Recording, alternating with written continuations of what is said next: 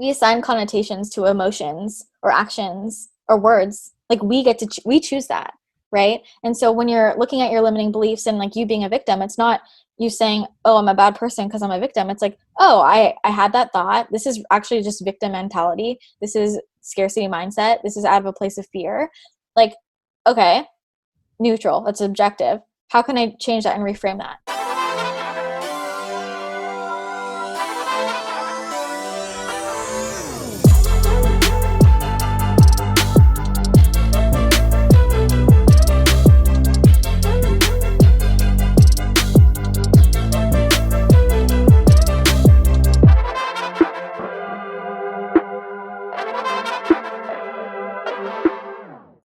All right, Christina, welcome to the Feeling Free podcast. How are you? How are you doing this beautiful day?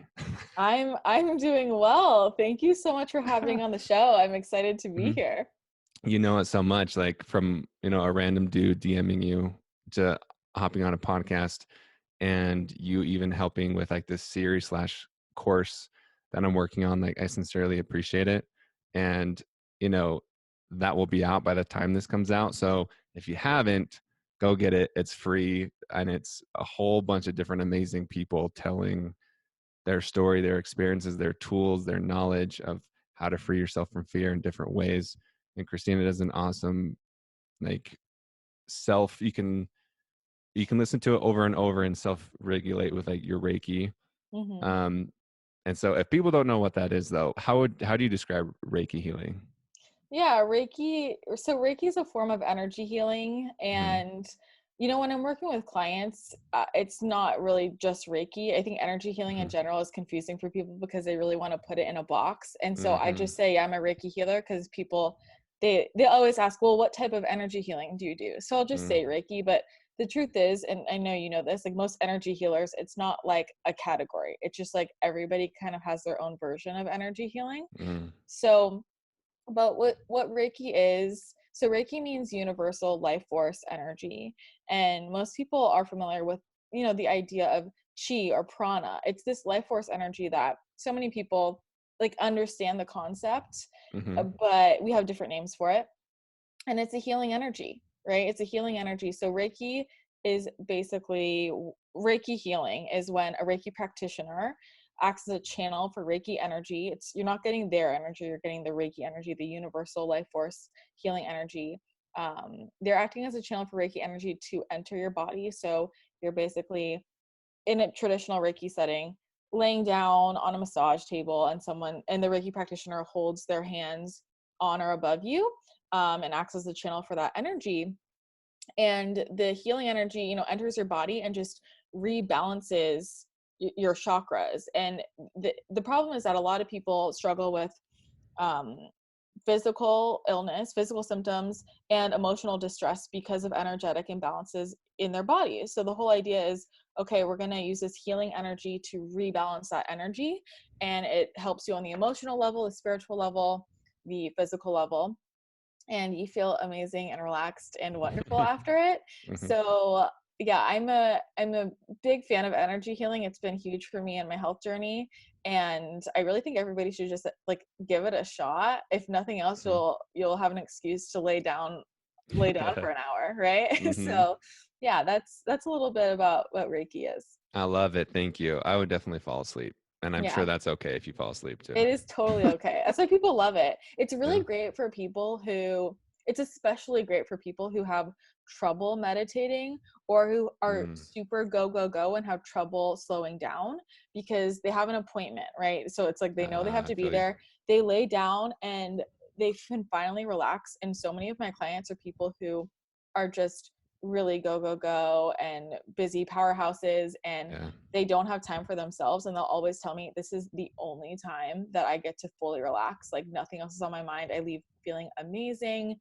And it's also really great for people who don't don't get great results from therapy, from traditional talk therapy, because you're Mm. really working on the energetic level, and it can bring things up for people that they didn't even know they needed to talk about. But if something Cool. is showing up in your energy field, obviously it's affecting you physically. So if I can say, hey, like who have you not communicated with about this? Mm, I'm bringing it up for them, and they're like, oh, and then it comes out. Versus in talk therapy, some people, they don't even know what it is. They don't know what to talk about, right? So they're not really getting to the root mm, of it. So I think for people who have trouble like slowing down, meditating, it's such a great way to kind of like force your body into hmm. parasympathetic state. So I'm a big fan. I love it. And I can tell you're grinning, you're glowing and grinning with, because I know that you do, like, some of your clients are very, I know men and women, but specifically, female powerhouses. Hmm. What have you noticed? Like, you said you've noticed a trend already, or like they go, go, go, and setting a specific time and date to sit down is helpful. What else have you noticed? I'm curious of, like, what's a common thread that they all have of, everyone's different and individual, but what's a common thread that they all, like, energetically Hmm. need work or healing? There are a few things. Oh man. Okay. So I'm trying to, there's I so many love the things, honestly. reactions. I'm trying to Yeah. think of like what would be the main You can say a main few. thing. No People rush. who are, well, pretty much everybody's Hmm. crown chakra is out of balance, because this is like the thoughts running around in your head, your Mm. sense of like universal consciousness, connection to your greater purpose. And so many people are kind of running around trying to do something that they feel like will fulfill their purpose, but they haven't taken the time to slow down and be like, what am I Uh, actually trying to achieve here, right? love Like, it. do I actually have that higher connection? And just for like any entrepreneur or any, if someone is coming to me that shit's going on in their head, so that's like, yeah, your crown's out of balance. Mm. I've had like a really big uprising in Reiki sessions recently because of everything going on, and Mm. every single person I have seen in the last 3 weeks, their crown and their root chakras are out of balance. Root is like your stability, groundedness, right? Mm. And that can show up financial, relationships, career, living situation. People who travel a lot, their roots often are out of balance. So like your root probably is out of balance. um, Mhm. like, so Mhm. right now a lot of people are feeling unstable and they don't always even know what it is, and sometimes it's not, right now especially, it's more of a collective instability, right? Like, when is this ending, what's going on? So right now that's showing up, but for many people their throat is super super clogged, their throat chakra, because they're not, there's always something with communication here, like they haven't fully spoken out about how Yeah. they're feeling, right? And so it's like there's anger, there's sadness, there's resentment, but you're just go go go, and you're never actually fully releasing that out of your body, and it just stuck there, right? It's just Mm. stuck there and causing an imbalance in your throat chakra. So I would say that's a big one. And also, with my population, their sacral chakra, which is connected to like sexuality, Uh-huh. family, a lot of past life stuff too. It's usually out of balance because they're so in their masculine energy. And I Mm. would say pretty much across the board, almost every single woman I see, okay, 90% need to get out of their, like, more into their feminine, right? It's just so imbalanced because they're such powerhouses. They're so go, go, Mhm. go. They're lifting weights. They're like so regimented. And Mhm. so it's really about, how do we keep that in balance, moving more into the feminine, which is really hard in today's society, just because as a collective, we're so on our masculine. And I think, especially what's happening right now, people are uncomfortable because the universe is like, I slow love the it so fuck much. down, slow the fuck down, guys, get in your feminine, right? Like Yeah. everybody, and everybody's resisting it. People are uncomfortable, but we have just moved so far into masculine energy with society, and it's like, okay, at some point we have to swing back to the other end of things. So I would say, I mean, that's a really common thing, especially with these like high powered entrepreneurial women, like their sacral Mm. chakra and getting into the feminine. I love that. So how can like partners, whether it's same sex or um I can't even I just whatever any type of partner, Yeah. just like what's the best way to support that? So if someone is in the masculine, how can we show up, whether you're male or female, because we have both energies, how can we show up more feminine? Or Like, how can we help that? So how do you help your partner step more into their feminine? Boom. Thank you for Okay. asking the question for me. Yeah. No, I know what you're trying to say. Um, well, I think the biggest Mhm. thing is creating open space for someone to express their emotions and feel Mm, safe for them too.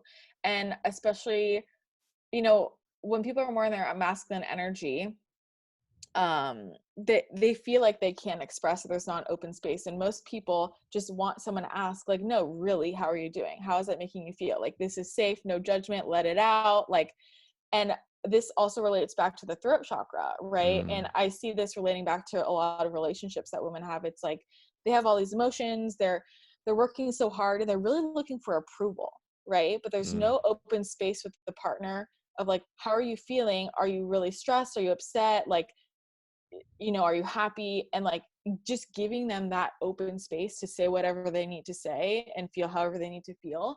And also, um, I think also though, just not just rewarding people for their achievements mhm, in the sense of, can you just approach it with like so much love, you as you are, right? And I feel like this conversation has been coming up so often recently where a lot of women feel like they're not enough, and it's like it's almost like the more they achieve with their business and the harder they work and the more in the masculine they are, they just feel like, okay, if I reach that next goal, I'll be enough. I have to keep pushing, I have to mhm, keep going, because no one has really created the space for them to realize, hey, like, you don't have to do anything extra.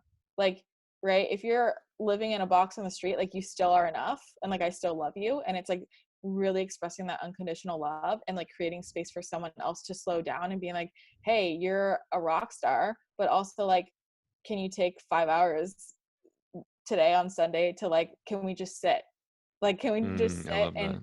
and like slow down, and like giving people the permission for that, I think is the most important thing you can do. And like, um, doing that alongside them. And I think also with roles, like masculine, feminine roles in relationships, whether or not it's same sex, like, maybe giving somebody the opportunity to be more in their feminine. Like, if you're the partner, taking control, making decisions for, like, I know that in dating for me, like, I get so frustrated when I feel like I have to be in my masculine energy when I'm in a Mm, relationship with somebody. Like, because I'm in my masculine so much with work, that where totally it's makes like sense. when you're in a relationship, I'm like, I don't want to like make all the decisions. I don't want to like be in charge. Like, I just want somebody to kind of like take the reins for a second, Just run right? shit for a So second.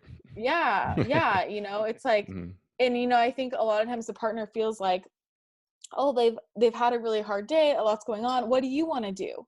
And I'm over here mm. and I'm like, I've been fucking making decisions all day long, you tell me what we're doing. Do you know what I Yeah, mean? I love Like, that. and it's like everybody's like they're coming from a good place, but Mhm. if you're with a partner who really needs to get more into their feminine energy, like, take on more of a masculine energy, like, when you're together, so that they can like kind of force them to step into the feminine. I love that. That's for sure me, because you just described me of like, well, what do you want? Like trying to listen, Hmm. because it's both, because of what you just said of like opening that space for more feminine energy, but then also taking the masculine side so they feel like they don't have to do it. Hmm. That's cool. I Yes. really like that. Yeah, and here's like, it's so funny the nuances in this conversation. And it's like a lot of guys, like, it's like, well, how are you feeling about this, right? And then the woman is going to be like, oh, it's fine, and like try and change the subject. And it's like they're just subconsciously wanting you to say, no, we're not moving on. Like, tell me right Mm, now how you're feeling, right? It's like they're looking for that extra nudge, right? Because it's love like, that. do you really want to know, right? It's like in that right there in that situation, you're taking control, like that's more in your masculine, pushing them into the feminine, like, no, you have to tell me right now. And you're like kind of forcing them to like talk about what's going on, which they really need to feel like it's a safe space, and like you really want to know, you're not just asking because you want to ask, like, or just because Mm, you think you're supposed to ask, like you really genuinely want to know. So I think that's a really great way to kind of like get into the masculine in two senses, right, in that situation. dang, that's dope advice. Like for men, but also like for women. I mean, both. Like that's like amazing advice. Um, how do you you know, I mean, we didn't even plan to talk about this, but it's super fun, so we're going with it. Mhm. Like, how do you, like you personally, you're this gifted, in tune, amazing person. What do you like personally like struggle with, or like how do you? I know you go to healers to balance as well. Like, what does it look like for you, for even who someone is who's conscious and woke as you? Oh my God, I have so much shit all the time, right? Hmm. Well, I mean, for me, it's always this fight with masculine and feminine energy. Like, I'm so in my masculine, and I have to really, and I really struggle with that. I really have to make time, and if I don't think about it, I'm Mm. just always going to be in my masculine. So getting into my feminine energy has to be a very conscious choice. Um, I would also say, I think it's just like a lot of underlying layers from childhood and a lot of kind of abandonment issues that I work through a lot. Um, and kind of growing up in a situation where I was just always looking for approval that I never got. Hmm. It's like it's still just, it will bubble up, I think, in my work, and like kind of just like, okay, if I do this, then that's going to be enough and someone's going to be so proud of me, right? Like Mm.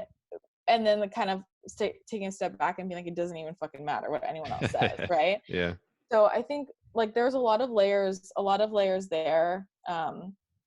And with my health, it's been really illuminating to realize how much of it is like energetic and actually suppressed emotion, and that's something right now I'm really actively working on. That's like, it's really in-depth process of like peeling back the layers of like, so much of it was just unexpressed anger and sadness Mm. that I but it went so far that I had basically just become numb. And I've talked about this a bit, like physically became numb, but also emotionally, just to protect myself. Yeah. Um, and and so then right now it's this whole process of like denumbing myself essentially and trying to Wow. actually feel things. Um, and in this process, like a lot of just small memories I realized I had totally repressed, and they've just been kind of coming up. Yeah. So that's been really interesting for me, and just realizing how much like stress, anger, sadness that we're not expressing and we push down um, manifests physiologically, and then it's like using all of the work and the go and all of this to kind of mask sitting and dealing with it. um, and then really realizing, this is something that I really just realized like this week, Ooh. was just like being so, because I couldn't figure out, I'm like, I feel like I've expressed my anger with so many people before, but the one person I haven't really expressed my anger with is myself. And Oh, my that's deep. my, my body, like my body, because I felt like my body completely shut down on me. And I was like, and I'm still working through this, like my body totally shut down on me despite me doing everything I could in my power to try Hmm. and take care of it. And it's just like this deep anger, resentment, like fuck you, like what else do you want from me? Do you know Yeah. what I mean? Like I'm doing everything, like why are you not working? Like why are you still shutting down? um and it really wasn't until this week that I realized like how much anger is there, like with my own body physically.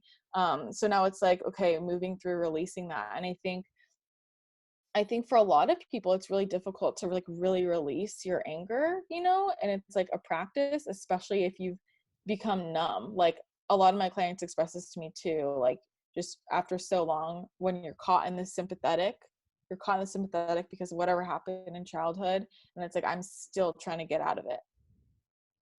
I So love that. Thank you for sharing that. And I know so many people definitely resonate, even if they didn't know, but now they'll know mhm. that you're angry with your body because, man, that hits because so like it's repressed.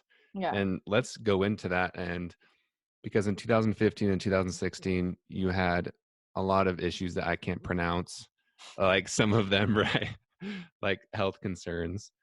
Um, like I wrote some of them down. You can help me pronounce them. So leaky gut, SIBO, I've heard that SIBO. before. SIBO, okay, thank you. This is good. Like metals toxicity, what's hypothyroidism? Oh, hypothyroidism, yeah. What's EBV? Epstein-Barr virus. What does even that mean? Epstein-Barr virus is basically the medical term for mono. Like mono is one level of Epstein-Barr, and you can get to different stages of Epstein-Barr, and then it manifests differently. So mono is kind of like the first stage. A lot of people get, but then that's it. And then other people, it can progress all the way up to really serious like neurological issues. Wow. So yeah, but that's the root virus is Epstein-Barr virus. And then, why I'm naming this is so people know like how serious this is. And then when you go follow Christina, you can go look back and see like literally like the contrast of you from then to now is wild. Mold illness, major depressive disorder, generalized anxiety disorder, multiple autoimmune diseases, HPA axis dysfunction. What's candida? You had 3 parasites. Is this all at once, Candida, by the way? yes. That's insane, right? Because like, holy hell, right? It's like, But this is it's why it's insane. like, this is why it's like, I say diagnoses just because people understand that, but it doesn't matter what the diagnosis is. It's just like everything is related. Like I can list out all those things, but to me it was just like one big giant clusterfuck. Like that was the issue. You know what I mean? Yeah. And it's like I don't care. Like I don't really care what all the names are. It was like everything is related, and they all were connected to each other. And it was just like my body was out of balance. So it's like working at the root level, and that was the issue. It was like doing literally everything I could, supplements, like diet, lifestyle, but because I was never getting to that super root cause, which was the emotional energetic imbalances, it was only getting me so far, and I kept kind of relapsing. How did you get here? Like, was it genetic? Was it also growing up? How did you get there? I don't know for sure. I mean, I've always had issues like since childhood. I always had really bad digestive issues, really bad mental health problems. Um, and then and I think just eating standard American diet, I was on antibiotics pretty much constantly my whole life. Like, Wow. I mean, I took 8 Advil a day for like 4 What? years. Like, just like little things like that. Like all Wow. of those things added together, I think just to really destroy my gut microbiome and my mental state, my stress state from a very young age was just out of control. So it goes back to just all those repressed emotions. And just never dealt with that. All just at a certain point it got triggered, and it got triggered first with I got mono and I was a senior in high school. That lasted a year and a half, and from there everything just started getting worse, and then it kind of got better, and then I got triggered again from a parasite. I was in San Diego, ate some froyo, and got super Damn, bro, sick. yeah. Got super sick like that night, and it lasted a week, and that was when my digestion just stopped working. And that's like after it was like stopped working, and then I lost 50 pounds in like 2 or 3 months. And that was And unintentional, just because it of your was gut. unintentional. And it was definitely compounded with like here, I'm just gonna throw out numbers because I know people get triggered, but they Do it. don't listen. But it just helps people understand. So like most of my life, I was like around 120, like just naturally doing whatever I was doing, like growing up. And then when I got mono, I was in bed for like a year and a half, and so I was up to like 135. And then after that, I fell into binge eating disorder, and then to get out of that, I started like cleaning up my diet and my lifestyle, and I started working out for the first time. And so I was losing just some extra, like some weight, just because I changed my diet, and I was eating clean and I was working out. So I was losing some of the weight that I had put on from mono, and then losing even more weight because I was eating healthier than I ever had. But then it was like it just went further. Like it kept going because I wasn't digesting or absorbing anything. So like it was such a big jump because all that was kind of happening all one after each other. So yeah, it was definitely compounded. But and then I was losing weight and I had really bad body dysmorphia, and like I did not realize what was going on, and I was getting some very confusing, conflicting uh, messages from different people around me in society. Yeah. And then I finally realized how serious it was, and I'm like, fuck, I gotta like eat as much as I can. So I'm eating like 9, 10, 11,000 calories a day. Like Which we need to pause on that, because I read that. I was like, that is so much. it was, I was literally drinking jars of almond butter. Like literally. That's Like, insane. yeah, it was, and I felt awful, but I was just like, I mean, it was my job. Like I felt like my job Mm. was sitting in bed and eating. And what Yeah. scared the shit out of me was I was still dropping weight. Wow. Like even during that. And that to me, and I think this stems back to just, you know, control and how that shows up in so many aspects of our lives. And for me, when I first like kind of figured out the whole nutrition fitness thing, I thought, holy shit, this is amazing. I have control over how I feel and how I look. Like I can work out a certain way, eat a certain way, and this is how I feel and how I look. And that was the first time in my life I felt like I had control over my body. And I'm like, Mm.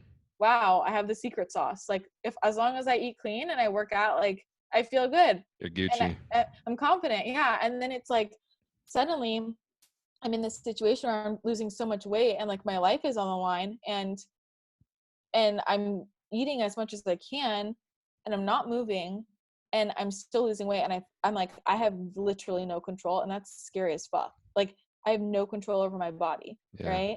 So that, I mean, that freaked me out for sure. And it was like that for a while until I started, I was doing more research and trying to figure things out myself. Um, and then changed my diet more, which people don't understand this. It's like I was working with so many nutritionists. Um, I was working with so many people, and everybody, they're just trying to send me to a treatment center for anorexia. And I'm like, Mm. I will literally die if you send me there. I will die. It's my gut. I'm eating so much food, and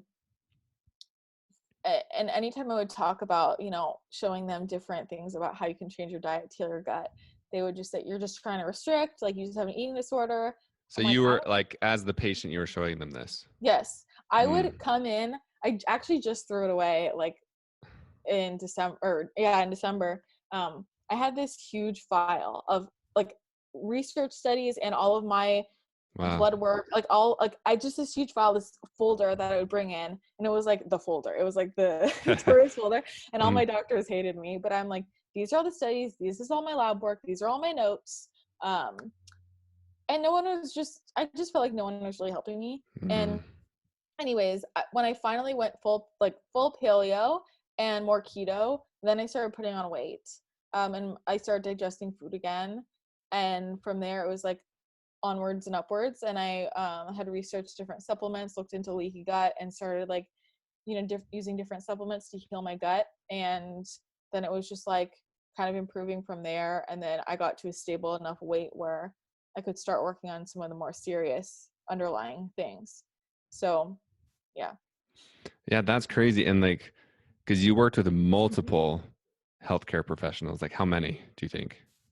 Oh my God. I Too mean, many. it wasn't like, I mean, I had seen so many, I mean, over 20 or 30 like Mm. total within that time period. But like I had a team of like, 6 or 7 people that I was seeing for a while. It was like, my therapist, my nutritionist, my psychiatrist, endocrinologist, GI. I had another endocrinologist. I had a rheumatologist. I think that was everybody. Right. And like, and didn't they tell you that you might die? Yeah. Yeah. It was my nutritionist who said that to me. And like, Mm. I'll never forget that moment. Like Yeah. she was looking at me.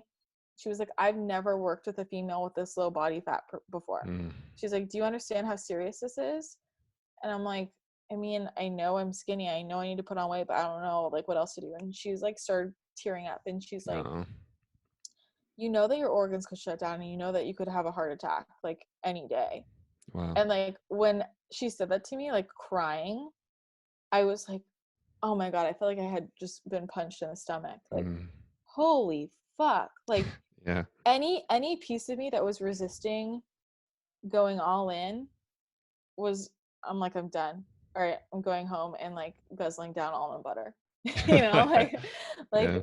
so yeah, it was definitely Mm. intense. You know, I had trips to the hospital that I try and black out. Like Mm. it was tough, and I lost all like almost all of my friends. Wow. I felt Why? super isolated.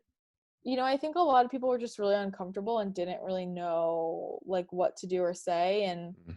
you know, I was in college, and everybody from back home, I guess, and I didn't even know this until somebody told me, like, you know, people are like sending pictures around, like a before, someone created a before and after photo of me and was sending it to like everybody in the Bay, like, and being like, Christina has anorexia, like, Me. because it's like, you know, if you knew me in high school, it's like people just want a reason to talk shit about me. But you know, and so it was like all of that going around and no one really knew what to say. And I think Mm. also a lot of people just didn't really believe me, you know, and it's like uncomfortable. And to be quite honest, I really, I mean, I get it. I mean, I totally get it. This sounds really shallow, but like it is hard to look at somebody who looks like that. Like every Yeah. day, like I looked like a skeleton. Yeah. You know, it's like I look at photos of myself and I can't even look at them. I'm like, oh my God. Like, I mean, I don't know that I would want to be around myself either. And I was so Mm. mentally unstable. I was so mentally unstable because I was at such a low weight. And I would, and this is why I pretty much like handed control over, like handed control over to my therapist. I said, I am well aware that I cannot make sound decisions. Like I'm out of my mind. My anxiety is so high. I feel psychotic because Mm. I'm at such a low weight. Like you just need to decide things for me. So she decided I was dropping out of school and she decided that I was moving. And you know, so I just let her do it because I'm like, I know I can't make a sound decision. Like I don't think people Mm. realize the cognitive effects of that. And to be honest, I think a lot of women deal with this just because they're at too low a weight and they don't necessarily look as ill as I did. Mm. But I see it so often. Like, you know, I don't see nutrition clients one-on-one anymore, but I did for a few years, and most of the women I was working with had gut issues and or amenorrhea. And it's like a fit, healthy, like super health, hyper aware of their health type of person, and they don't know why they have issues. Gotcha. And Gotcha. so often it's like you just needed to put on some weight for your brain to turn back on and your body to turn back on, and that's really hard for people to understand. And I did not fully understand how that affects things until I went to the total other side of the spectrum, you know? And like that was a huge blow to my ego because I'm always I've always been the smart one. I'm the high achiever, Mm. I'm the A+ student, I do everything 150%. Like that's been my identity. That was always my identity. So then for me to basically lose my cognitive function, I felt so shitty about myself. I mean, I would go into work, I had 2 internships and I just couldn't function. And I knew that, and it was a huge blow to my ego, and I just lost all my confidence, and I just felt like I was playing the victim, you know. Woe's be me. Everything is being taken away from me, my brain, my My my brain. school, my friends, like Mm-hmm. everything. So I just was falling into that victim spiral, but um yeah. Perfect. And thank you so much for explaining that, because that's what I wanted to really get into is like, first, really discuss the pain, because it's the reality of it and it's real. And like you said, like acknowledge it and don't suppress it, of like what we're going through. And then besides paleo, I'd love to hear, how did you begin? Because it wasn't just like, oh, sweet, now you're here and like an energy healer and everything's great. It's, it had the steps. So like, what were the steps besides paleo, and like, how did you begin to release your emotion and just like free yourself up of judgment? Like, what did that healing process, the beginning of that look like? So, I mean, I think a big piece of it was when I dropped out of, when I took time off of school, I kind of just changed my life to be really slow. And I spent an hour every day, at least an hour meditating and an hour doing Mm, yoga, and like would just sit outside by myself and kind of really just spend a lot of time on myself. And like I was essentially forced into realizing I don't need anybody else. I really don't. I don't need anybody else's approval. And it's like, okay, no one else wants to help me here. Like, I have a choice, and I can either say, like, cry about it and say, no one wants to help me. Why isn't anyone here for me? Or I can say, like, who cares? Like, I'm going to do this myself. And I also was, I mean, this is so fucked up, but I honestly, in my head, was thinking, like, no one's going to care if I die. Like, no mm, one here wants to help me. They don't even give a shit if I'm going to die. And part of me was like, maybe I should just die. And the other part of me wow. was like, and then the other part of me was like, fuck everyone who wants me to die. I'm going to live just to say fuck you. Like, that's Yeah, how I felt, you I know? love So, it. um, I just had to pull myself out of it. And so I think really just like spending a lot of time in silence and with meditation and kind of facing my demons was super helpful. And then like realizing I needed to ask, I did need to ask for help from people. I like my therapist and my nutritionist, without their like emotional support, I don't know where I would have been, because I Mm, needed to release and talk through things. Um, and I think a big piece of it was realizing all of these people in my life, I was just, the relationships were so surface level and were just out of convenience. Like, we grew up together, we live in the same area, like we have a mutual friend, hmm. nothing on a deeper level. And I became a completely different person. Everyone calls it like BC and AD. Like, the before Christina is a totally different person, and I feel like she's just so far away from me. And then Mm, I basically, I quote lost all my friends, but really it was a blessing, because everybody who didn't show up for me like weren't my people. And I started to just really realize, hey, like, this is the stuff I'm into. This is the things that I love. This is the type of conversation I like to have. This is the frequency I want to be at. And so right now I'm going to move forward, and I have a blank slate, and I'm only bringing people into my life who are at that frequency and who are adding to it.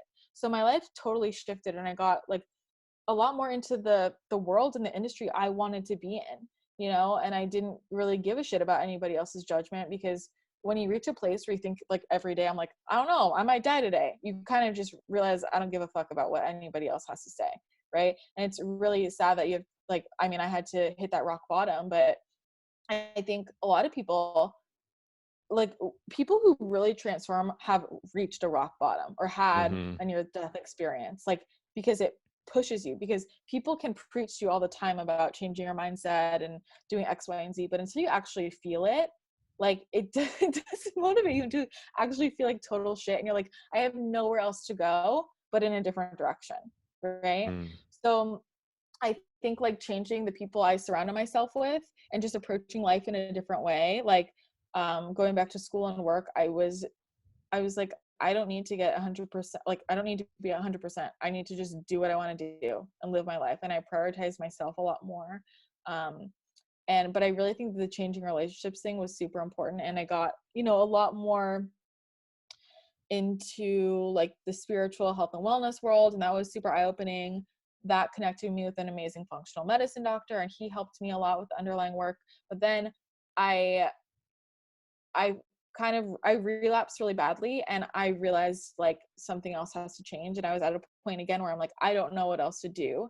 And my FMD was super into energy healing, and I thought, okay, well, if he's into this, I'm gonna give it a shot, because hmm.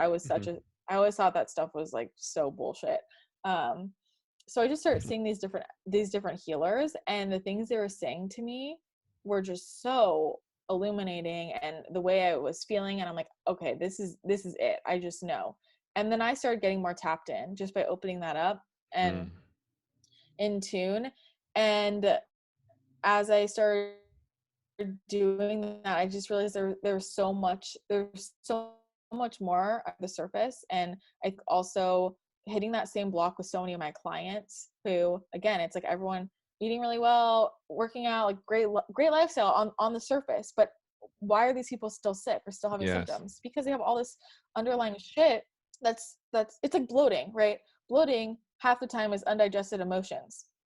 Like your emotions, your sadness, your anger, that's energy. Like you're swallowing that.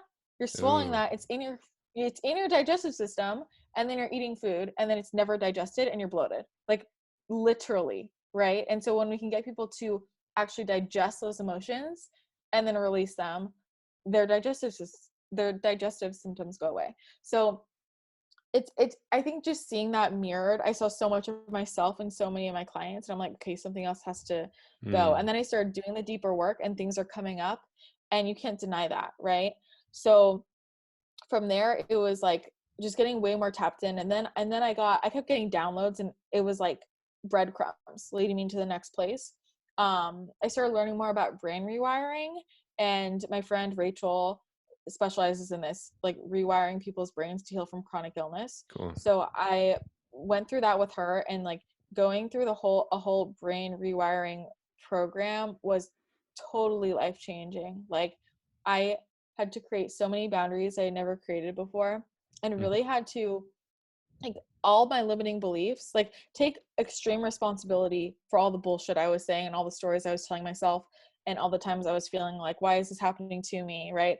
And really just like get called out on that, and like be super honest about all these stories I was saying in my head, and reframe things and start to work through all of these different experiences that I was still holding on to, like people I was still angry at, and really moving through those. And so it's really deep, painful work, but it's also really empowering. It's so empowering because it's like you realize you can control your reality, and you can control, like, am I happy or not? It's like, what am I focusing on? You know, am I seeing myself as a victim, or am I saying, no, I'm like, I have agency, this is my own life. So that process was a huge shift for me, and I think ever since then it's just been kind of getting deeper and deeper into the energy work, the intuitive work, that seems to kind of never end, which I think is fun. So that's kind of, yeah, that's kind of been the path. I love it.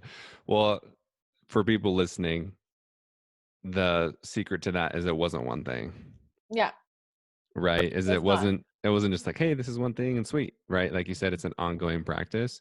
And maybe if you wanted to like boil it down to one thing, it sounds like getting out of the victim mentality and starting voicing those like suppressed emotions. Hmm. Do you feel like those were like two just like big mainstays or foundation to it?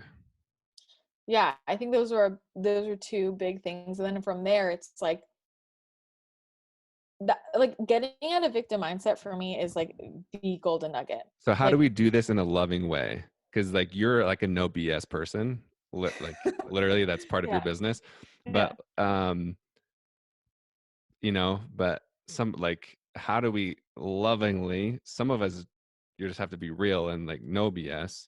But for the people who just like I don't know, just like what do you feel like is your answer? Like how do we lovingly get out of the victim mindset so we're not blaming or shaming and guilt and all that fun stuff? Well, I think by definition, getting out of the victim mindset is loving. You know, I'm not loving Ooh, myself by staying a victim. You know what I ooh, I mean? love Like, ooh. and that's why, you know what I mean? Like, a lot of people, like, everyone's like, you're so no bullshit, you're so straightforward. I'm like, I'm just honest, and like lying to myself or anyone else is doing you no favors. Like, if Mm. I actually love someone, of course I'm going to be totally honest with them, right? And same with myself.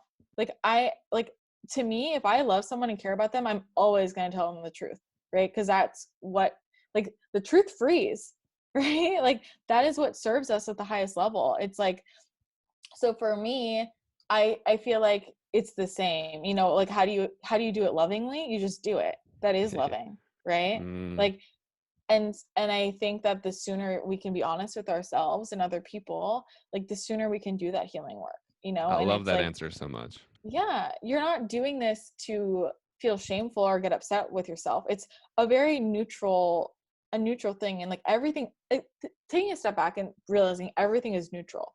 Like, we assign connotations to emotions or actions or words Like we choose that, right? And so when you're looking at your limiting beliefs and like you being a victim, it's not you saying, oh, I'm a bad person because I'm a victim. It's like, oh, I had that thought. This is actually just victim mentality. This is scarcity mindset. This is out of a place of fear. Like, okay, neutral, that's objective. How can I change that and reframe that? Right? And I'm going to choose to do that right now. How can I reframe this so that it is out of a place of love and an abundance mindset, and just actively choose to be in that place? So it's not about judgment. That's the whole point. Like, we have to feel to heal, right? You feel it, you're like, no judgment space. This is amazing that I'm just allowing myself to feel. There's no right or wrong with that emotion. I'm going to let myself feel it. And then how do I move forward from there? Like, what can I release? And then how can I make a decision that actually empowers me? So to me, really being honest about what's going on is super loving and empowering, because that gives me the ability to, you identify it, and then you can shift it and reframe it. And that's the freedom in that, right? Realizing, anytime I'm spiraling or I'm trying to blame everyone else, it's like, let me take a step back, because this is actually related to my energy and what's going on here. And to me, I think a lot of people, they push that away. They don't want to take responsibility. Yep. But I just think it's so empowering, right? Because if I shift my energy, if I shift my thoughts, I change my reality, right? It's up to me. And like, who doesn't want to have that ability, right? I think it's really hard to move through the world and feel like I have no control over what happens to my life, right? It's just like circumstance, I'm depressed, I'm sad, I'm angry. This is just how my life has to be.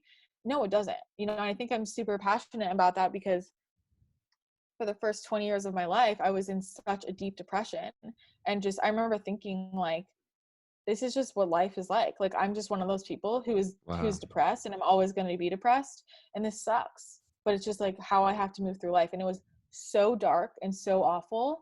And then when I realized, like, it doesn't have to be that way. And I realized, me of all people, like, I thought I was always going to live with a black cloud hovering over my head.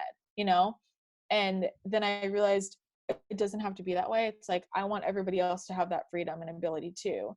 And it's a difficult shift, but I think the sooner you can be honest with yourself, like, you can take your power back. I love that. That was freaking powerful. Holy cow. That was dope. Thanks.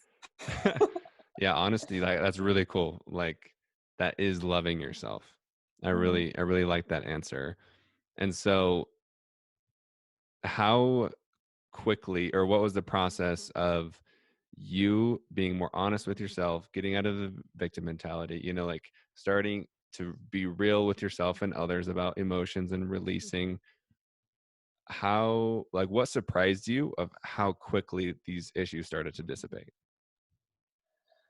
Well, it's kind of like, it can take time to really get to the root of what they are, because you're Mm-hmm. working through it, and there's a lot you don't even have the words for. And that's why just opening up and being open to anything that comes out and flows out, just be open to it, right? No filter. It's just like, this is flowing out. And this is why, working with a coach is so important, I think, for this work. Like, to do this yourself is almost impossible, because you have to rewire the way your brain works. You have to have somebody else come in with a new Yeah, pattern, you can't come right? out of it objectively, because that's all you know.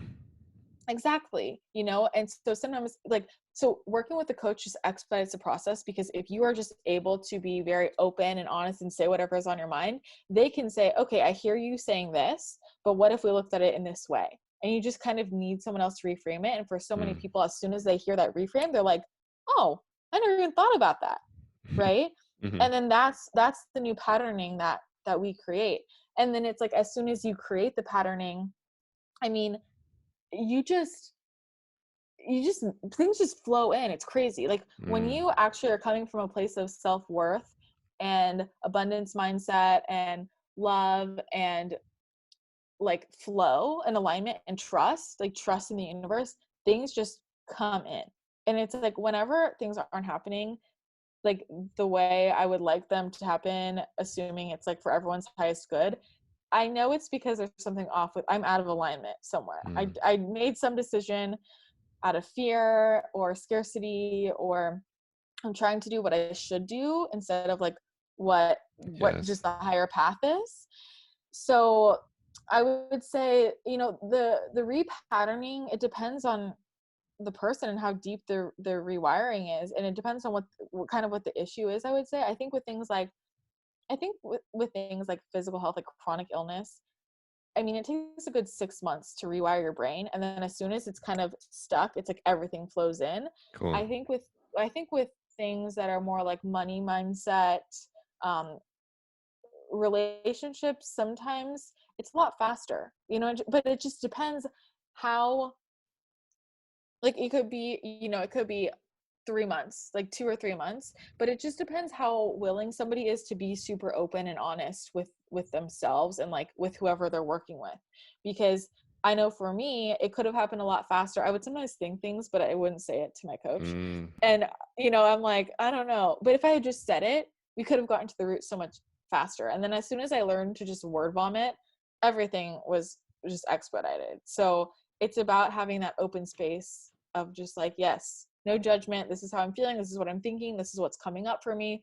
I don't even know why it's coming up for me, but it's here. So it's just putting together the pieces of the puzzle. And when you realize the limiting beliefs or the stories, reframing them, you know, like kind of diving deep, reframing them, and consistency with the new patterning. You know, it's like every day a process to repattern. But the most important part is the identification. And especially at the beginning, it's kind of weird because you're moving through the world and realizing, okay, every decision I make, every action I take, every person I talk to, where did that come from?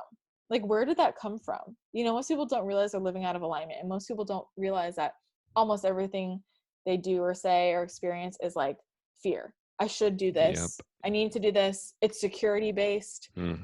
Desperation. Yeah, you know, and you know, they don't realize it because that's just how we've been conditioned. And it's not about you're a bad person. It's just like, oh, we were conditioned this way. And that's why, I don't know, are you into human design?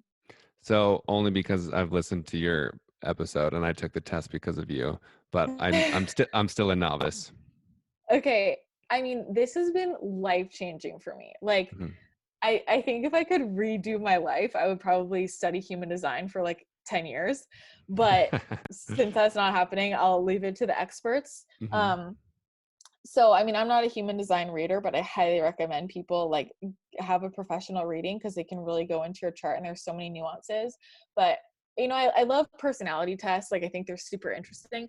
But human design is the most accurate thing I've ever experienced, and in Really? creepy ways, and like because it explains how you move through the world, how to best make decisions, a lot of your unconscious patterns that you come into this world with. Like for me, especially with relationships, there's been a huge block there. And so getting into my gates in my human design chart, my reader is like explaining, she's like, so you naturally feel this way about people, which is what you probably act in this way because of that. And I was like, oh my God, like that was so illuminating, right? So when they get into the nitty gritty, but I think it's really helpful. But human design gives you permission to just live in alignment and not live according to the way that the world says we should live, right? Not everybody should be making decisions based on their feelings, but some people should. Not everybody should be making decisions based on their bodies, but some people should. Not everybody should eat the same way. Not everybody should work in the same flow. You know, like people, I think especially with like hustle mentality, that's such a, like, I'm a generator. Like I'm designed to generate and work all day. But if somebody's a projector, like they can work for a couple hours and then just slow the fuck down and take a few hours off. Like, you know, and so I think a lot of people feel bad about themselves when they think I'm lazy, but it's like, you're not lazy. You weren't designed for that. You're doing Right. what's best for you. Exactly. So I think understanding your human design can just be so freeing because it gives you permission to lean into what feels good and how like you were designed to move through the world instead of all the conditioning that society says, you know, we have to do X, Y, and Z. So that has been like life changing for me. And like the more I lean into my human design, the more I just feel like I'm in alignment, the more tapped in I get. And it has made me realize some of the patterns I've created just because of conditioning. So if you don't even know where to start with some of your beliefs, it's like maybe dive into your chart and have a reader explain your chart. And I'm sure you'll hear things in the reading and be like, oh wow, I didn't realize I do that. Like, because they'll be saying, oh, you would do best making decisions in this way, or be careful of this relationship pattern. And if you think, oh, I live totally in the opposite way of that, it's like, why do I do that? And Mm. then try shifting it. It can be very uncomfortable. It can be very uncomfortable at first, especially with the decision making, because so many of us listen to our heads. Uh-huh. Um, Instead of, if you are an emotional authority, listening to your emotions, if you're a sacral authority, listening to your physical body, if you are self-projected, just your internal knowing. Some people need to communicate something, like talk it out loud, and then they know. So every splenic is like your gut instinct. So everybody's very different in how they should be making decisions. And for me, it's Wow. been so eye-opening, because I realized, I'm a sacral responder, like my authority is sacral, so I should be making decisions based on how my physical body responds. Like, am I expanding or contracting? Like, do I have a knot in my stomach, a kink in my neck? It's also Mm. it's like that. It's like like, and I started realizing all of these things, like, in my day, if I would grow, and I'm like, okay, my body doesn't like that, right? Interesting. And what my body says is often very different than what my brain says. So for me, it's being very conscious when I make decisions, like, okay, this is logical, this is what I think I should do, and then tuning in and being like, okay, but how is this feeling in my body right now? Like, how am I changing? Did I just move towards something, or did I just back away? Like, did my shoulders hunch over, or did I, expand? So that awareness can be super, super helpful.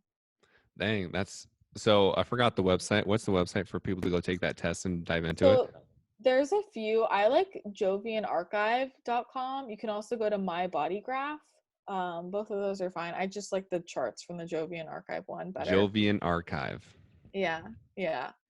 And human design, people don't like it because you can't really like Google much about it. Mm. You really need to see a reader, because it's that's like trying to Google your astrology chart. Like putting in your date and be like, Google, tell me what my astrology chart says. No, you need to go see an astrologer, right? So I really encourage people to get their human design charts read. It's interesting for me, because there are people in my life who think all my, they're like, your shit's so woo-woo, I can't deal with this. And I'll give them a human design reading, and Yeah. they're so into it. They're obsessed with it. And they're like, oh, and I'm like, wow. Like, because you hear it and you're like, you don't understand how somebody can be so accurate about you. So I highly, highly recommend it. I'm like really into it. I love it. I'm definitely okay, sweet. I'm gonna do it. Um, what are like the moments in your life?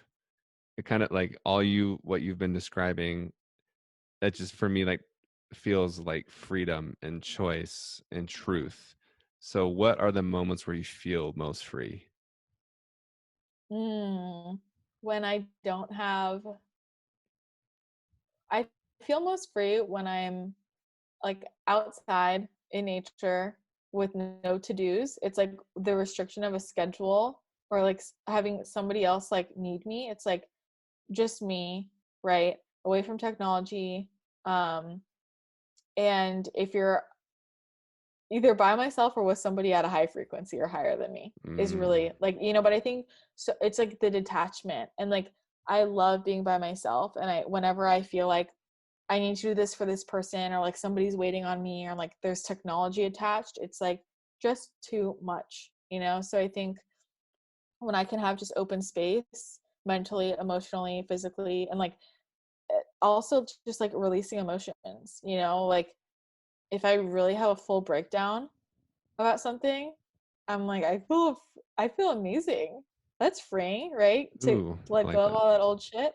So I think moments like that, probably, or anytime I really actively, what we talked about before, get really honest with myself, like I am stuck in this patterning, and I'm going to be honest with myself, and that's bullshit.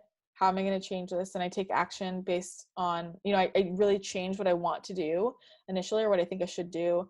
And I decide to choose to do X, Y, and Z out of a place of love and abundance, not fear.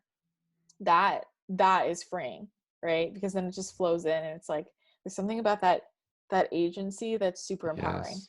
Exactly. Because that's freaking freedom. Cool. I love it. Um, what was the last, it sounds like this week you've uncovered that you still hold anger like towards your physical body for not taking care of you.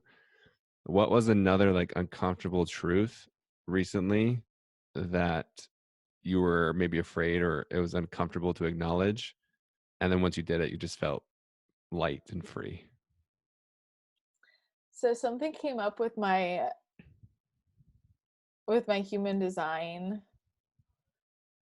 chart with like relationships, like, and she was saying how I have this unconscious thought patterning that people are out to get me, like just immediately whenever I meet, I'm like, this, just have your guard up, because it's like people want to take me down. It's like this unconscious, it Interesting. sounds so crazy, but I've never had someone articulate it to me. It's like I've always had that feeling, like just growing up, it's like everybody I interact with, it's like this little thing, like if I share too much, if I share my successes, like people are just going to use it against me and try and take me down. Yeah. So it always create a wall. And for me, I think it comes out a lot in podcasting.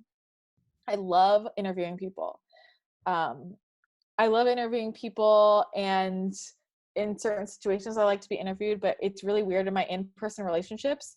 I often like interrogate other people. And I think it's because I with like in-person close relationships, like subconsciously feel like if they know too much about me, like they're going to use it against me and take me down. It's so weird. And so it's neutral, it's not weird. Yeah, exactly. So knowing that was really helpful, because then I started realizing all these times when I was just saying so and so did this because they're out to get me, that was just me projecting shit. So that was really interesting for me. I kind of had to take a step back and think about all the people in my life that I really resented. Wow. Was that really the problem, or was I like, was it true? Yeah, was it true? And it's like extreme responsibility. And this is also with people who have there are people who were like abusive to me, who I had to realize like it wasn't all just like black and white. You know, it wasn't just like they were awful, everything was awful. It was like a lot of that was, I also was projecting like they're out to get me too. Which is like super tough to swallow. And anyways, it was really freeing, because knowing that, like, how to move forward from that is just like making everyone aware. So I literally like called a bunch of like the people closest to me in my life, and I was like, so I had this revelation. Amazing. And I explained to them, and just telling them that I'm like, so if I ever feel closed off, like I'm telling you this because it's like this subconscious fear. And like literally being like, when you ask me questions, are you trying to get information to take me down? Because that's literally how I feel subconsciously. And everyone was, you know, it just sparked really great conversation. And everybody was saying, you know, I feel like I understand you so much more now. Yes. Now that I get that that's kind of how you were designed. And it was something that I never even realized I had that going on. So then that's why the human design was so illuminating for me to realize it. And now it's really helpful, because the people I've communicated that with understand. Sometimes when they ask me questions, I just kind of like back off, and I'm like, turn the conversation around, like, don't ask me that. Like, you know, you're doing that thing where you think I'm going to take you down, and I really just genuinely want to know. Like, I really just, because that is super foreign to me. That was really foreign to me growing up, having people just actually genuinely want to know how I'm feeling, how I'm doing, what's going on, like celebrating successes with me. And I think this is another common one with women in general, or I mean everybody. It's like, oh, there's a good amount of people who just don't even want to talk about what they achieve or their successes, because they feel like it's going to be taken away from them, or people are going to hate them for it. You know, it's like all this messed up thing. It's like you want to achieve, but then you achieve and you don't want to share it. So it was just always really foreign to me to have people actually genuinely like want that. But was that true, or was that just what I believed in my head? Maybe there were people in my life who were very genuine, but in my head I was thinking they weren't. So that's kind of like an odd one, I feel like other people don't say, but it's been really helpful for me in my own life. Boom. And then you say and I totally believe in this, that triggers are our greatest teachers. When was the last time you were triggered? Oh my God. Honestly, like yesterday, Mm-hmm. like I just relaunched my website and have this new membership portal that I put up, and I worked my ass off on this. Like I put all of my heart and soul into this, and Mm-hmm. I did not sleep for the last 3 days. And this woman sent this awful email about it, Uh-oh. and I just blew up. Like I blew up, like not to her, but and I was like, I don't even know why this is so triggering to me. And it's just like goes back to, I think, the perfectionism and kind of just like, you're never going to please anyone, and I know that on a conscious level, but like where's the deeper work of like, I don't know, it reminds me a lot of childhood shit that I dealt with. And it's like I work so hard, and then Mm-hmm. the first feedback I get is like, this sucks, you failed. That was the Right? first feedback you got. You didn't get like, hey, this looks awesome. Like that was the first email I got about it. That makes sense. Right. You got And your I've gotten like hundreds of people being like, this is fucking amazing, it's changed my life. But the first thing I got was an email from this woman. and Mm. and really where it was triggered was again with the control, because I felt like this is out of my control, because what she said wasn't true. Like so dumb. She said that when she logs in, the page says she's like, there's no content in this portal. It says no content.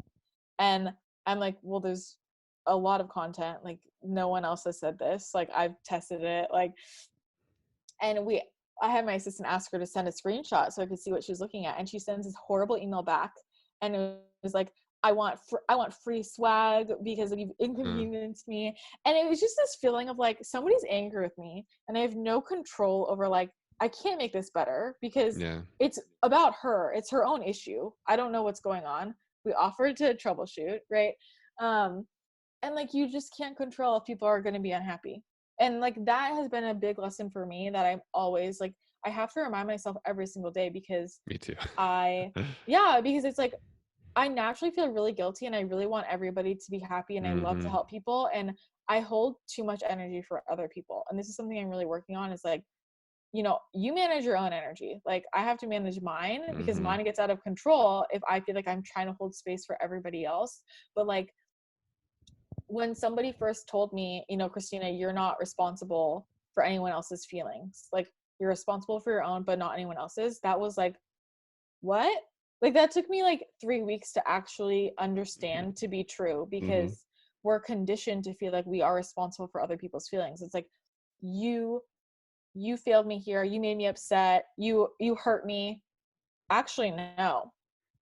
Like, actually, no. I just said my thing, and like, you interpreted it, right? You reacted. What's that saying about you? And that for me, like, it's kind of a relief to be like, it's not my responsibility, but also really hard to, like, in the moment. It's like every single time this comes up, I have to coach myself out of it and Mm-hmm. realize like, that's their feeling. I'm not responsible for her feelings, you know? Does it feel like, because for me, I actually recently journaled about this, how freeing it feels to not care, but then does it feel to you it's like, oh, I'm not caring? Sometimes, but then it's realizing like, you are, because Yeah. again, it goes back to, I'm not empowering that person if I'm managing their feelings for them. Like, and it's like everybody who's Boom. on the internet who says, you can't say this is triggering, blah, blah, blah. You have to be a responsible consumer. If something triggers you, then, and you don't want to see it, then leave or deal with the trigger. Like we can't move through life expecting everybody else to accommodate us, and like, yes, it's freeing because it's like, yeah, I'm not responsible for how they feel, but also I am responsible for how I feel. So the fact that this woman sent me this message that triggered me, it's like, that's my issue. Like, she didn't make me feel that way. I chose to respond in that way, right? So it's like Mm. evolving to be the person who, and it's like, I feel like I'm good about this a lot of the time, and then it'll snap, which I think is related back to the unreleased anger totally. But it's like, there are many days I'd get an email like that and I'm like, I don't care. But it was something about yesterday. Mm. I think all the emotions where I was just like, I can't deal with this. I can't deal with it. So, but that's my feeling. Like, she didn't make me feel that way. I could have also been the person that said, this is your energy. Like, I'm sorry you're having that experience. Like, how can I help you? And just being very detached from her emotions and not taking those on myself. And that's something that's a practice and super important for especially anyone who's super tapped in, empaths, HSPs. Managing your energy and protecting yourself energetically, because I know I absorb so much, and if I'm not diligent about like protecting my own energy, I'm just taking on everybody else's stuff. And I think that's why I love Reiki so much, because it's like a clearing. It's like everybody else's energy and emotions that they've thrown on you that you don't realize you're absorbing needs to go away. And so it's about putting practices in place. And also, like, I mean, when you're at a higher frequency, people naturally gravitate towards you and they want your energy. It's a subconscious thing, right? They're trying to pull at it. And it's sometimes, and whenever you're at a high frequency, people want your energy subconsciously. They're attracted And to you. yeah, they're attracted to you as a person. And then you pull away, you set a boundary. It's like those triggers. It's like, well, you hurt me here. Why are you doing that? It's the guilt, because it comes out in weird behaviors to try and get you to reel you back in so they can suck your energy back. Yeah. Right. So it's like realizing, hey, if I'm at a higher frequency, like people might be asking a lot of me just energetically. It's subconsciously. They don't really realize that they are doing it or why they're doing it. So I have to take responsibility and really manage my own energy and like stay firm on my boundaries and understand that that's why they're doing that. And I think for me, realizing that was very helpful just in releasing any like feeling of guilt around it. It's like, oh, this is all just, it feels objective to me, right? Like they're not lashing out because I actually hurt them, but it's like, of course somebody's gonna do what they can to get the energy back, right? So yeah. I love that. Well, Christina, I love it. You're wise for a young female powerhouse. Like, yeah, you're awesome. And like, I appreciate this so much. Like, thank you for sharing your truth, your honesty, and like, thanks for letting me ask those questions. Yeah. Thank you. I appreciate it. Is there anything on your heart right now or in your throat chakra that you want to speak that and share and communicate? Well, I think And you, the main thing that I want people to realize is that all of this is a choice. You know, like ready is a choice, free is a choice, responsibility is a choice. And you don't have to do anything extra other than just be who you are right now to like have the opportunity to choose something different. So if you feel like you're stuck in, in some type of patterning or some darker emotion, a lot of people feel like, okay, well, when I do X, Y, and Z, then I can move on to the next phase. You don't have to do anything else other than just decide. And I mean, it really comes down to that. It's like, I'm going to change this right now. I'm going to change how I make decisions and how I think about myself. And maybe I'm going to work with somebody or whatever it leads you to. But you know, the choice is always available to you. And to say that you don't have the choice is victim mindset. And we have to be honest about it. But again, it's empowering. It's like right now, you don't have to do anything else to have choice right in front of you. So it's like, if you are unhappy with where you're at, then choose something different and choose a path that leads to a higher frequency. And you know, no one can ever take your choice away from you, really. So we have a choice in how we perceive the world. So I think just stepping into that is really important. boom. I'm in total agreement. I love that so much. So tell them all the things, all the places about where the best place to find you. Tell them about what you just launched and everything. Pimp all the things. Were you gonna say pimp myself out? I was gonna say pimp yourself out. Who says that? What podcast? That's I don't know. she says that I'll send it to you later, but she says Yeah. that. I forgot her name. It's a wife. It's a couple. It's a wife and husband. Anyway, I'll tell you later. But she says, all right, tell the place, pimp yourself out. Yeah. Yeah. So, well, first you can find me on my podcast. It's called Wellness Realness. It's on all podcast platforms. And you can find me on Instagram at Christina Rice Wellness. And then my website is christinaricewellness.com. And that's kind of where my hub for everything. So I have my new membership. It's called Up Level. It's about all things health and wellness. So I have a huge video library, courses, like downloadable guides, like a really amazing community of just high vibe people. So highly recommend checking that out. All the information is on my site. And then I offer business coaching for other health and wellness coaches who want to build an online business using social media. And I think my coaching is a lot different than most business coaches, because I understand the masculine strategy, the marketing, but I'm also really big into the woo-woo and the alignment piece, and like using your human design, your Enneagram, your astrology to just like, you know, build a business in alignment where it's flow. It's just flow. So it's a lot of personal work too. So, I mean, I love doing that. So I offer group coaching and some one-on-one. So you can find all the information on my site, but thanks for Boom. having me. I really You're appreciate now, it. do you have time for one more question, actually? Sure. Even though we just did the outro, it's all good. No rules.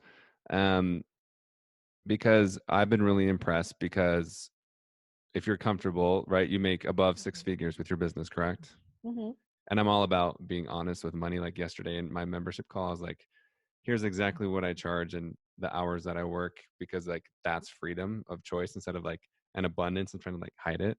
Mm-hmm. And I really love what you've done, because it's like the no excuses, right? It's like you have the power to do it, and there's the no limitation of like, I don't have 100,000 followers, or maybe I don't have 1 million downloads per episode, whatever it may be, you know? So what, like, regarding like just your business savvy, what has freed yourself from that limitation, maybe, or you've coached with other people that can free other people of like, well, I don't have enough followers or whatever it may be? I mean, that's all in the energy and mindset work. And that's why, like, when I'm coaching people, like it's all about the foundation. So it's like, okay, with this group program I just did a lot of, we're in month 2. So we finished the first month and we're doing all this like energy work, like personal development, like laying the foundation. Love it. And everybody this week has like as soon as somebody gets their first high paying client, everybody else gets it. And it's like Amazing. somebody, like, it was like last week, somebody was like, look at my bank account. I just off one client made more money than I make in 3 months of working at my daytime job. Oh, I love that so Like, much. Did they take a screenshot of the bank account? yeah, she did. Oh, I love that so much. Yeah, Yes. yeah. So it's about, I think a lot of that energy work, and like for me, really realizing and being in this industry and realizing that it doesn't matter how many followers you have. Like, it really doesn't. And that's hard for people to wrap their heads around. It's just an excuse. Like, if you're saying I need more followers, it doesn't matter. I have clients who make 6 figures with 200 followers on Instagram. That's Like, amazing. literally, you know? So sometimes it goes hand in hand, but you know, there are also times in my business where I had, you know, I don't have a huge following, but like I have a good amount. And so it's like, if I have 20,000 followers and I'm barely scraping by, like, what's up here, right? Why does Sarah over there, who has 1,000 followers, like make so much money? And it's about shifting your energy and your mindset. Like, that's so much of what it is. And like working with what you have. And again, it's that brain rewiring for your business and all those limiting beliefs, because it's just an excuse. But I think, and for a lot of people, you know, shifting their energy from desperation to just, I am enough, I am worthy, scarcity to abundance, you know, taking all of those leaps, and just trusting, you know, trusting and knowing that you have the foundation, and like that what you're offering is serving the world, and like really genuinely believing that, because you'll never sell something if there's any piece of you that feels like it's not worth it. Like, if there's any piece of you, if you're saying your price and there's any piece of you that thinks this is too much, like, they're going to pick up on that energy, right? It's just as easy to sell something that's $10,000 as it is something that's 200, as it is something that's 20. It's all in how you frame it. It's all in how you know, show the value and your energy behind things. And I know, I honestly know, every time I get on a sales call, like depending on how my energy is, like I know immediately before I even talk to this person if I'm going to close or not. True. I know before, you know, like Mm-hmm. I'm sure you've experienced that too. It's like Mm-hmm. before I even get on the call, I'm like, I know I'm going to close it, or I know I'm not. Like, and I mean, that's super interesting. When you master your energetics and you change those limiting beliefs, like you just manifest in like crazy, you know? And that's like with manifestation, the root of it is self-worth. And that's why people don't bring in what they want, right?